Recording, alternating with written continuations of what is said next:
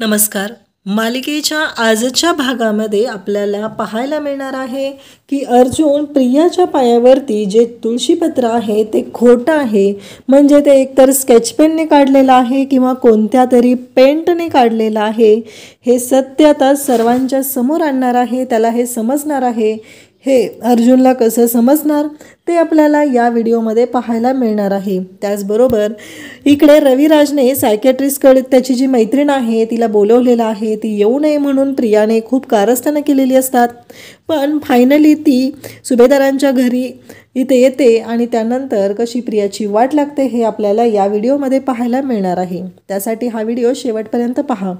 प्रियाने coffee आणलेली असते तेव्हा चैतन्य आणि अर्जुन दोघंही रूममध्ये असतात. तर प्रिया कॉफी घेऊन आलेली असते आणि ती म्हणते की मी फक्त अर्जुनसाठीच कॉफी आणलेली आहे असं ती ठणकावून सांगते.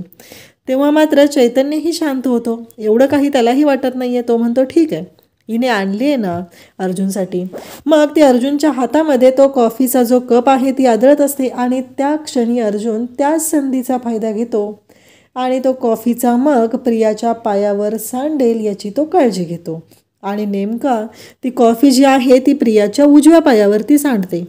आणि अर्जुन प्रियाला म्हणतो की जा तू ते पाय धुवून घे आधी तन्वी, नाहीतर तुला चटका लागेल, त्रास होईल काहीतरी, जा असं म्हणत त्याने तन्वीला म्हणजे प्रियाला बाथरूममध्ये पाय धुवायला पाठवलेलं असतं. प्रिया बाथरूममध्ये जाते, पाय धुवून येते आणि अर्जुन इकडे मग चैतन्याला म्हणत असतो बघितलं का, कॉफी तिच्या उजव्या पायावर सांडली आहे, त्यामुळे आपल्याला आता कळेल नक्की काय आहे ते, असं अर्जुनचं म्हणणं असतं. कारण अर्जुनला वाटत असतं की नक्कीच या गोष्टीचा सोक्षमोक्ष लागणार आहे आणि प्रियाचं भिंग हे फुटणार आहे असं अर्जुनला वाटत असतं. आणि अर्जुन त्यासाठी ही सर्व तयारी करत असतो. आणि प्रियाच्या पायावर त्याने कॉफी तर सांडवलेली असते, पण आता हे सगळं आता सगळ्यांच्या समोर येणार असतं. त्यानंतर आपल्याला पाहायला मिळतं की प्रिया आता पाय धुवून येते. अर्जुन म्हणतो ये इकडं तन्वी, मी तुझा पाय पुसून देतो. अर्जुनला प्रियाचा पाय पुसण्याच्या उद्देशाने जवळ जायचं असतं आणि प्रियाच्या पायावरची ती जन्मखून चेक करायची असते. हा सगळा अर्जुनचा निर्णय असतो. आणि अर्जुन मग तिचा पाय पुसण्यासाठी तिच्या जवळ जाणार असतो. पण प्रिया म्हणते की नाही, नको, मला माझी मी क्लीन करून घेते. आणि असं म्हणत ती तिथून चालत जाते. आणि अर्जुनचं तिच्यावरती बारीक लक्ष असतं आणि तो तिची पडलेली पावलं पाहतो आणि चैतन्याला म्हणतो की चैतन्य, हे बघितलंस का, हे काय आहे, स्केच पेनचे मार्क्स वाटत आहेत असं तो चैतन्याला म्हणत असतो. आणि चैतन्याला तो तसं म्हणतो त्या क्षणी चैतन्य तिथं पाहतो तर खरंच चैतन्याला तिथं जे फरशीवर उमटलेले डाग आहेत ते स्केच पेनचे दिसतात. म्हणजेच अर्जुन आणि चैतन्य या दोघांच्या समोर आता क्लिअर झालेलं असतं की प्रियाच्या पायावरती जे तुळशीपत्र आहे ते तुळशीपत्र हे खरं नसून खोटं आहे. आता हे अर्जुनच्या समोर आलेलं असतं. त्यानंतर आपल्याला पाहायला मिळतं की प्रिया आता पूर्णपणे अडकली आहे. ती पूर्णपणे आता अर्जुनच्या कचाट्यात सापडली आहे. याची प्रियाला मात्र पुसटशीही कल्पना नाही. तिला मात्र असं वाटत आहे की काहीही झालं तरी आपण अजून शाबूत आहोत, आपल्या बाबतीत काहीही असं घडलेलं नाही असं तिला वाटत आहे. इकडे प्रिया आता प्रतिमाच्या रूममध्ये आलेली आहे. ती प्रतिमाला म्हणत आहे की आई, मला कळतच नाही आहे, अगं ते डॉक्टर माहिती आहे ना तुला कशा आहेत, त्या डॉक्टरांना सायलीनं बोलवलेलं आहे. मला अजिबात वाटत नाही की तू त्या डॉक्टरांना भेटावं, कारण तू त्या डॉक्टरांना भेटलीस आणि मग तुला त्यांनी वेड्याच्या हॉस्पिटलमध्ये नेऊन टाकलं तर. तुला माहिती आहे ना मागच्या वेळेस पण कसं झालेलं, तुझ्यावरती गुंडांनी हल्ला केला होता. मला असं वाटतंय की तू त्या डॉक्टरांना भेटूच नाही. इकडे प्रतिमा मात्र प्रियाचं बोलणं ऐकत असते. ती म्हणत असते की ती सायली खूप वाईट आहे. तिला असं वाटत आहे की तुला वेडं ठरवून या घरातून तुला बाहेर काढायचं आहे, म्हणूनच त्या सायलीचं हे सर्व चाललेलं आहे. हे सगळं प्रिया ऐकवत असते. प्रिया मात्र जराही विचार करत नाही की सायली हे कशासाठी करते याची तिला जाणीवही नसते. परंतु इकडे सायलीने मात्र आता ठरवलेलं असतं काहीही झालं तरी डॉक्टरांना बोलवायचं आहे आणि मग डॉक्टरांना आपण प्रतिमात त्यांची भेट घडवूनच द्यायची आहे. तर इकडे प्रतिमाला प्रिया म्हणते की ठीक आहे, तू काय कर माहिती आहे का, डॉक्टर आले की तू रूममधून बाहेरच येऊ नको, रूममध्ये स्वतःला लॉक करून घे, म्हणजे प्रश्नच येणार नाही. मला माझी आई माझ्याबरोबर हवी आहे ना, म्हणून मी हे सगळं बोलते असं प्रिया सांगत असते. आणि प्रियाचं हे बोलणं प्रतिमाला मात्र आता खरं वाटायला लागलेलं असतं. प्रतिमाला वाटत असतं की प्रिया जे बोलते ते खरंच आहे. आणि प्रतिमा प्रियाचं शांतपणे ऐकून घेत असते. प्रियाची पद्धत ही अगदी धमकवल्यासारखं पण प्रिया बोलत असते. कधी कधी ती गोड बोलत असते, रडत असते. हे सगळं प्रियाचं नाटकी वागणं सुरू असतं. आणि प्रतिमा मात्र प्रियाच्या या नाटकी वागण्याला फसते. आणि प्रियाचं हे बोलणं तिला पटतं आणि तिनं ऐकून घेते. म्हणजे आता प्रतिमाने ठरवलेलं आहे की डॉक्टर आले की आपण रूममधून बाहेर यायचंच नाही. म्हणजे प्रश्नच येत नाही आपल्याला इथे कुणी काय करायचं. म्हणजे प्रियाने ठरवलेलं आहे की काहीही झालं तरी आता प्रतिमा रूममधून बाहेर येणार नाही. म्हणजे ती डॉक्टरांना भेटणार नाही. आणि ती डॉक्टरांना भेटणार नाही मग आपण परत कांगावा करायचा. सगळ्यांना सांगायचं की बघितलं ना, हे सगळं सायली मुद्दाम घडवते, माझ्या आईला त्रास होतोय, त्यामुळं आता काहीही झालं तरी पुन्हा त्या डॉक्टरला इथे आणायचं नाही. हे सगळं प्रियाचं कारस्थान सुरू असतं. त्यानंतर आपल्याला पाहायला मिळतं इकडे प्रिया प्रतिमाला तशा पद्धतीने समजवत आहे. तिला म्हणत आहे की तू बाहेरच येऊ नको. डॉक्टरांना जरी ते घेऊन आले तरी मी तुला सांगते ना, तू बाहेर नाही यायचं म्हणजे नाही यायचं. म्हणजे ते तुला इथून कुठेही घेऊन जाणार नाहीत. आज मला 22 वर्षानंतर माझी आई भेटली तर मला असं वाटतंय की माझ्या आईने मला सोडून कुठेही जाऊ नये. प्रिया रडत असते. प्रतिमा तिचं बोलणं ऐकत असते. पण सायलीने इकडे विचार करून ठेवलेला असतो की डॉक्टर आले की त्यांना काय बोलायचं आहे, काय करायचं आहे, या सगळ्या गोष्टींचा सायली विचार करू लागलेली असते. आणि सायली म्हणत असते की हे सगळे मुद्दे आता मी कागदावर मांडूनच ठेवते. म्हणजे डॉक्टर आले की मग असं व्हायला नको की मी डॉक्टरांना काय विचारलं नाही आहे, त्यांना विचारायचं राहून गेलं, असं सायलीच्या डोक्यात सुरू असतं. प्रियाने इकडे प्रतिमाला चांगली पट्टी पडवलेली असते की काही झालं तरी तू घराच्या बाहेर यायचं नाही आणि डॉक्टरांना भेटायचं नाही. प्रतिमा त्या विचारात असते. प्रतिमाला काळजी वाटत असते की नक्की काय होणार आहे, या सगळ्याचा परिणाम उलटा तर होणार नाही ना, हे सगळं प्रतिमाला वाटत असतं.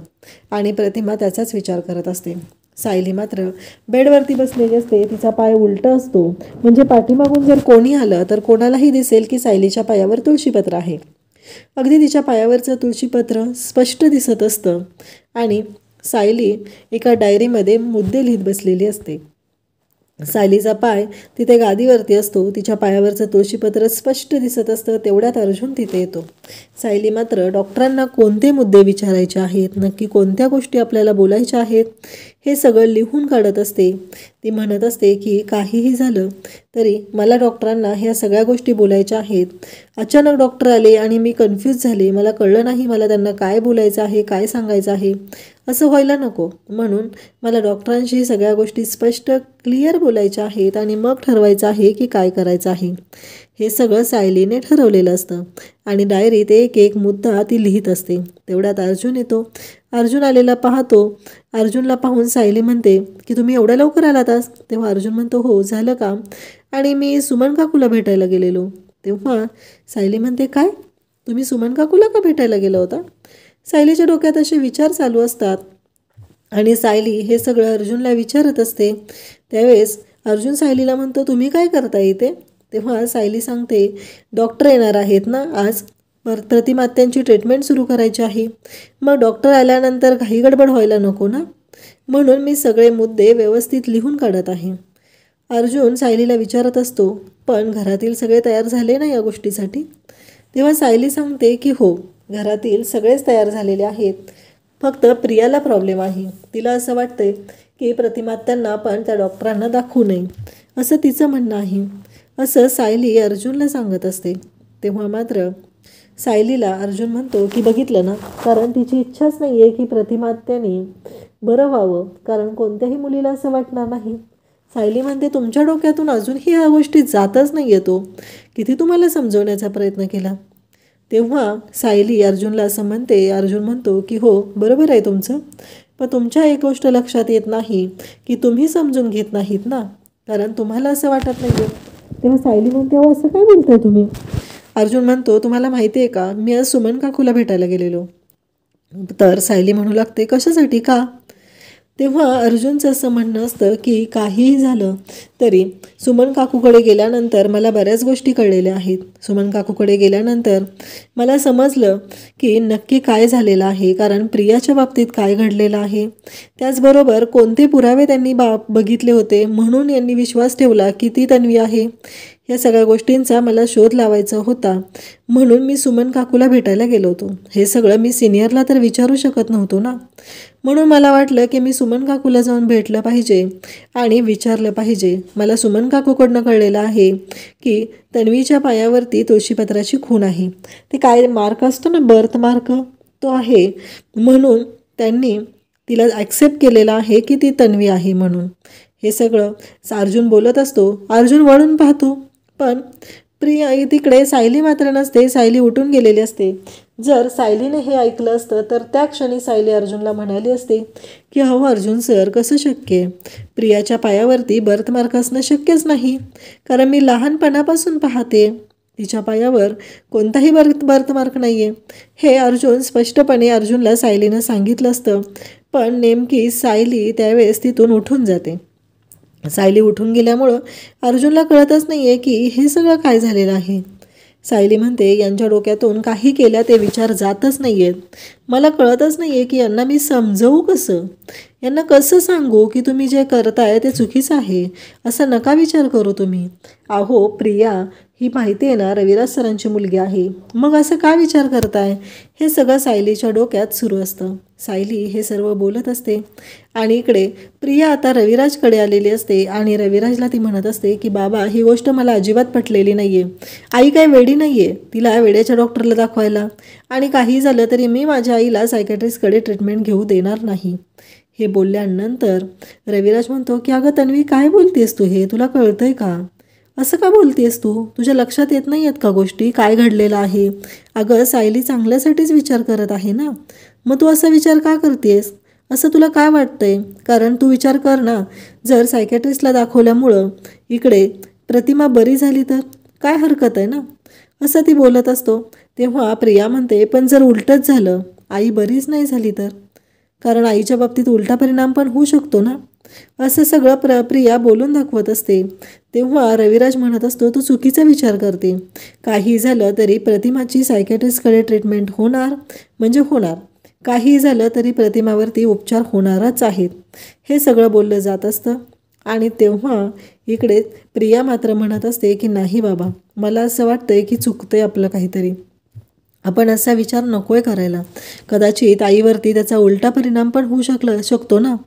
तेव्हा रविराज म्हणतो त्याची काळजी तू करू नकोस, कारण ती जी डॉक्टर येणार आहे ती माझी खूप जवळची मैत्रीण आहे आणि नक्कीच मी डॉक्टरला चांगलं ओळखत आहे, त्यामुळं मला नाही वाटत की माझ्या प्रतिमाच्या बाबतीत काही चुकीचे उपचार होतील. तू त्याची काळजी करूच नकोस. प्रतिमावर चांगलेच उपचार होणार आहेत आणि प्रतिमा लवकर बरी होणार आहे. सायलीनं जो निर्णय घेतलेला आहे तो मला मान्य आहे आणि प्रतिमा बरी होणार असेल तर मी प्रतिमासाठी काहीही करायला तयार आहे. हे सगळं रविराज प्रियाला समजावून सांगत असतो. म्हणजे आता प्रियाला ठरवलेलं असतं की आपण रविराजला भेटून इमोशनल ब्लॅकमेल करून डॉक्टरला भेटणं हे आपण टाळू शकतो, पण तसं काहीही होत नाही, कारण रविराजने स्पष्टपणे सांगितलेलं आहे की काहीही झालं तरी प्रतिमा आणि डॉक्टर याची भेट होणारच आहे. तू काहीही मध्ये गोंधळ घालू नकोस, कारण प्रतिमा बरी होणार आणि सायकॅट्रिस्टची तिला गरज आहे. अशा गोष्टींमध्ये सायकॅट्रिस्टची मदत घेतली तर काही चुकीचं ठरत नाही, हे रविराजने सांगितलेलं असतं. इकडे नागराज विचार करत असतो आणि आता प्रिया विचार करून करून थकलेली असते. तिला आता ही गोष्ट थांबवणं खूप अवघड जात असतं, म्हणून तिने नागराजला फोन करायचं ठरवते. पण त्याआधी तिने रविराजला एक अट घालते, ती म्हणजे आईला तुम्ही डॉक्टरांकडे घेऊन जायचं नाही तर डॉक्टरांना घरी बोलवायचं आहे. डॉक्टर घरी येतील, आपल्या सगळ्यांच्या समोर आईशी बोलतील, म्हणजे आई अगदी मोकळेपणाने डॉक्टरांशी बोलू शकेल, असं तिने सांगितलेलं असतं. आणि रविराज या गोष्टीला तयार झालेले असतात. म्हणजे प्रियासाठी ही एक तरी गोष्ट चांगली ठरलेली असते की ज्याच्यामुळं प्रियाच्या मनातलं घडलेलं असतं. त्यानंतर आपल्याला पाहायला मिळतं की नागराजला प्रिया म्हणू लागते, तुम्ही काय निवांत बसा तिथे आणि माझ्यावर सगळी कामं सोपवा. मी काय करायचं ते मी एकटी बघते इथे, कशी मरणार आहे ते. कारण इथे सायकॅट्रिस्ट येणार आहेत आणि प्रतिमावरती उपचार होणार आहेत.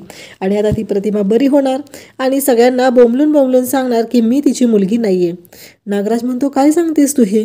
तेव्हा लगेच प्रिया सांगते, हो जे खरं आहे ते सांगत आहे. आणि इथे रविराजची त्या किल्लेदारची जी मैत्रीण आहे ना तीच येणार आहे, त्यामुळं वाट तर लागणारच आहे. हे सगळं बोललं जात असतं. आणि तेव्हा मात्र नागराज म्हणतो की काही करून आपल्याला हे थांबवलं पाहिजे. प्रिया म्हणत असते की मी सगळे प्रयत्न करून झालेले आहेत, तुम्ही तिथं निवांत राहावा आणि तोफेच्या तोंडी मला द्या, इथे मी मरत आहे, तुम्हाला काय जाते बोलायला. हे सगळं प्रियाचं बोलणं सुरू असतं. त्यानंतर आपल्याला पाहायला मिळतं की प्रिया खूप चिडलेली असते. ती सगळ्या गोष्टींचा राग नागराजवरती काढत असते. नागराजला म्हणत असते की हे तुमच्यामुळं होत आहे आणि लवकरच आता माझी जेलमध्ये जायची तयारी होणार हे मला माहिती आहे. नागराजलाही भीती वाटलेली असते, कारण नागराजलाही वाटत असतं की काहीही झालं तरी आता दादा बेस्टमधला बेस्ट सायकेट्रिस्ट आणणार, चांगल्यातला चांगला उत्तम डॉक्टर आणणार आणि इकडे चांगली ट्रीटमेंट ही देणार आहे. म्हणजे वहिनी बरी होणार आणि मी पूर्णपणे अडकलं जाणार आहे. जर का वहिनीला सगळं आठवायला लागलं तर सगळं संपणार. हे सगळं बोललं जात असतं. त्यानंतर नागराजलाही आता भीती वाटू लागलेली असते. त्याच्याही शिट्ट्या वाजत चाललेल्या असतात. त्यालाही कळायचं बंद झालेलं असतं, म्हणजे आपण पूर्णपणे अडकलं जाणार की काय, ही भीती आता नागराजलाही वाटत आहे. इकडे सुभेदारांच्या घरी सर्वजण आता विचार करत आहेत की डॉक्टर येणार आहेत आणि आता प्रतिमा ही डॉक्टरांना कशी रिस्पॉन्ड करेल या गोष्टी चालू असतात. आणि त्याचबरोबर इकडे रविराज आता डॉक्टरांना घेऊन येतात. डॉक्टर श्रद्धा ह्या सायकॅट्रिस्टकडे आहेत आणि त्याचबरोबर रविराजची खूप जवळची मैत्रीण आहे. आणि मग रविराज घेऊन आल्यानंतर पूर्णाजींबरोबर ओळख करून दिली जाते. तेव्हा पूर्णाजी म्हणतात की अशा पद्धतीने आपली भेट होईल, या गोष्टीसाठी भेट होईल असं वाटलं नव्हतं. कारण डॉक्टर श्रद्धा म्हणतात खूप दिवसापासून तुम्हाला भेटायची इच्छा होती आणि फायनली आज ती पूर्ण झाली. त्यावेळेस पूर्णाजी म्हणते, पण अशा पद्धतीनं आपली भेट व्हायला नको होती असं पूर्णाजीला वाटत असतं.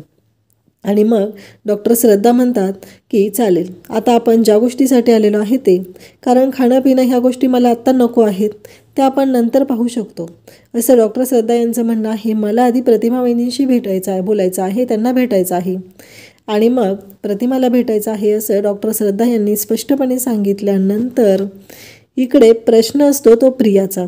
प्रिया मात्र प्रतिमाला खुणवत असते आणि म्हणत असते की तू बोलू नको, तू जा इथून निघून, तू इथून निघून जा असं प्रिया प्रतिमाला खुणवत आहे. सगळेजण प्रतिमाकडे आस लावून बसलेले आहेत. नक्की आता प्रतिमा काय बोलणार आहे, कशा पद्धतीने तिचं बोलणं असणार आहे, या गोष्टींचा विचार सर्वजण करत आहेत. आणि प्रतिमाने बोललं पाहिजे म्हणून प्रतिमाकडे पाहत आहे. पण प्रतिमा मात्र बोलायला तयारच नाही. आता प्रतिमा तिथून निघून चाललेली असते. सायली, पूर्णाजी, रविराज, अर्जुन, कल्पना सर्वजण प्रतिमाकडे पाहत आहेत. सायलीला वाटत आहे की आपण समजवलेलं आहे तर नक्कीच ऐकतील, पण प्रतिमा मात्र ऐकायला तयारच नसते. प्रतिमा आता तिथून निघून जात आहे. ही गोष्ट पाहून सगळ्यांनाच खूप मोठा धक्का बसतो. सगळेजण प्रतिमाकडे पाहू लागतात. असं काय झालं म्हणून प्रतिमा निघून जाते? हे उपचार प्रतिमाला करून घ्यायचे नाहीत का? हे सगळं आता सायलीच्या मनात येऊ लागलेलं असतं. आणि सायली म्हणत असते की प्रतिमा आत्ता थांबा. रविराज आता प्रतिमाकडे येतो आणि प्रतिमाला म्हणतो की प्रतिमा प्लीज थांब, तुझ्यावरती खूप चांगले उपचार होणं गरजेचं आहे, कारण तुला जो धक्का बसलेला आहे त्यासाठीच मी हे सर्व करत आहे. तुझा माझ्यावर विश्वास नाही आहे, मला मान्य आहे, तू मला ओळखत नाही आहे, पण आजपर्यंत माणूस म्हणून मी कधीच चुकीचा वागलेलो नाही, म्हणून मी आत्ता तुला बोलत आहे. आणि रविराज प्रतिमाच्या पुढे हात जोडतो आणि म्हणतो, खरंच माफ कर मला, माझं काही चुकलं असेल तर, पण प्लीज इथून जाऊ नकोस असं तो हात जोडून प्रतिमाची विनंती करत आहे. एकदा तू डॉक्टरांना भेटून बघ, तुला जर चांगलं नाही वाटलं तर मी नंतर त्या डॉक्टरांना परत आणणार नाही, पण एकदा भेटून बघ, कारण ते डॉक्टर जरी असले तरी त्याहीपेक्षा माझी जवळची मैत्रीण आहे आणि आपली आधीची ओळख आहे.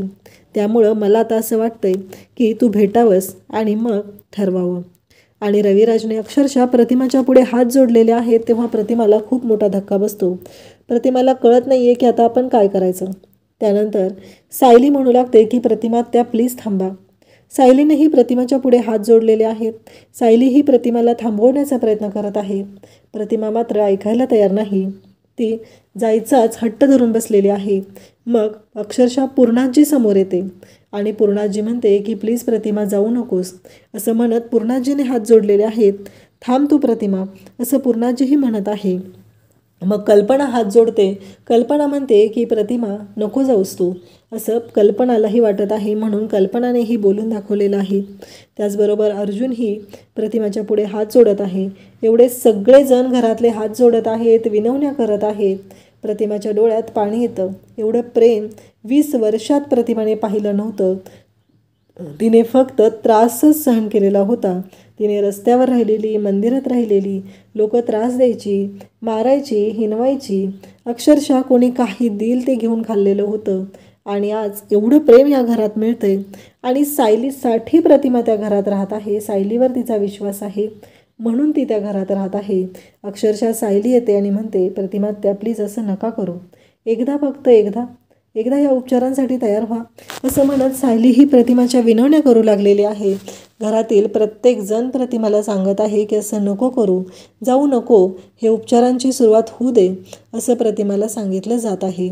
परंतु प्रतिमा मात्र ऐकायलाच तयार नसते. शेवटी घरातील सर्वांनी हात जोडल्यानंतर अर्जुन प्रियाला म्हणतो की हात जोड आणि सांग.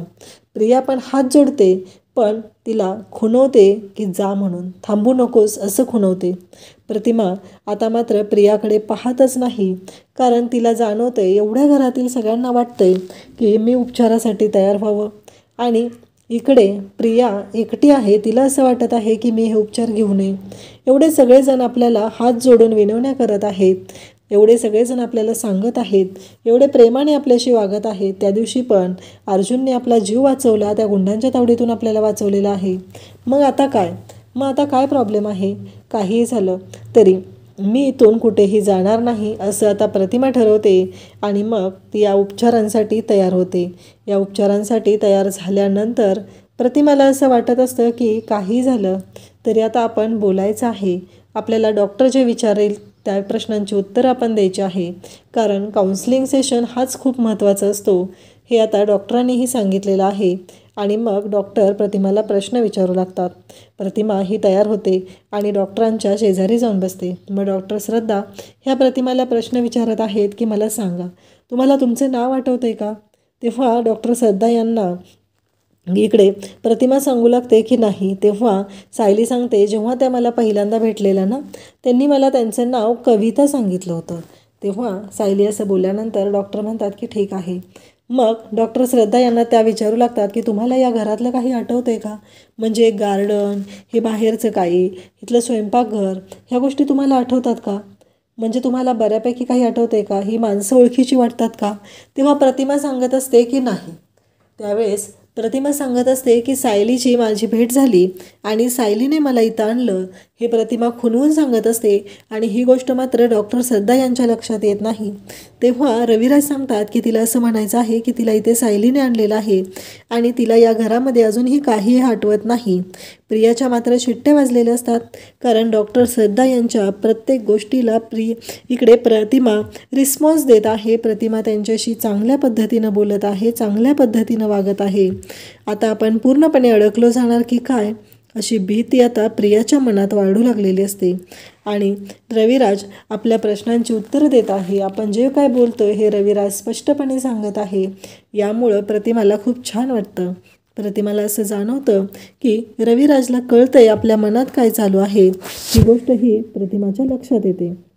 पूर्णाजी त्याचबरोबर घरातील सर्वजण पाहत आहेत की नक्की प्रतिमाच्या डोक्यात काय सुरू आहे, कशा पद्धतीने गोष्टी घडत आहेत, हे सगळं प्रतिमा रिस्पॉन्ड कशी करत आहे, या सगळ्या गोष्टी आता तिथे समोर येत असतात.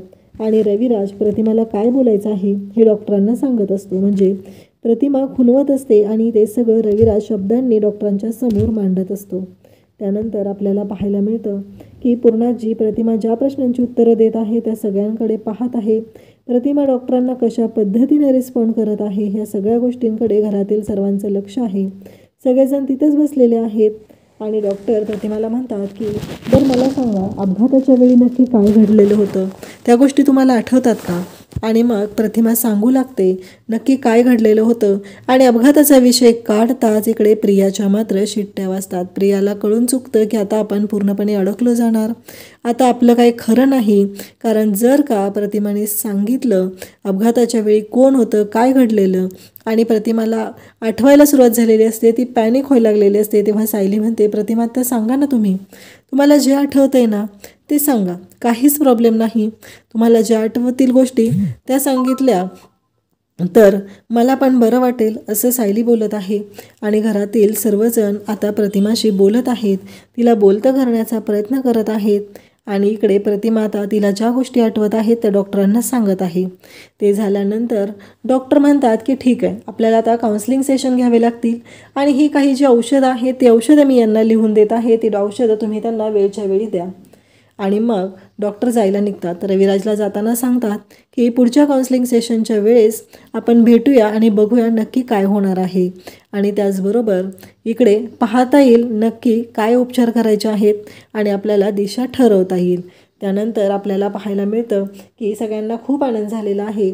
आणि डॉक्टरांना सोडायला अर्जुन बाहेर जात असतो. प्रिस्क्रिप्शन आता रविराजच्या हातात दिलेलं असतं आणि ते प्रिस्क्रिप्शन रविराज हातात घेतो आणि म्हणू लागतो की चालेल. आणि मग प्रिया लगेच येते, ते प्रिस्क्रिप्शन रविराजच्या हातातून काढून घेते आणि प्रिया म्हणत असते की द्या बाबा माझ्याकडे, मी पाहील. पण इकडे पूर्णाजीचं स्पष्ट म्हणणं असतं की नाही, ती औषधं काय द्यायची आहेत ती सायली आणि कल्पना ठरवेल, ते प्रिस्क्रिप्शन आत्ताच्या आत्ता त्यांच्या हातात दे, तू ते घ्यायचं नाहीस, असं प्रियाला पूर्णाजीने ठणकावून सांगितलेलं असतं. आणि सांगितलेलं असतं की तू लांबच राहा या गोष्टींपासून. पूर्णाजीने हा निर्णय घेतलेला असतो.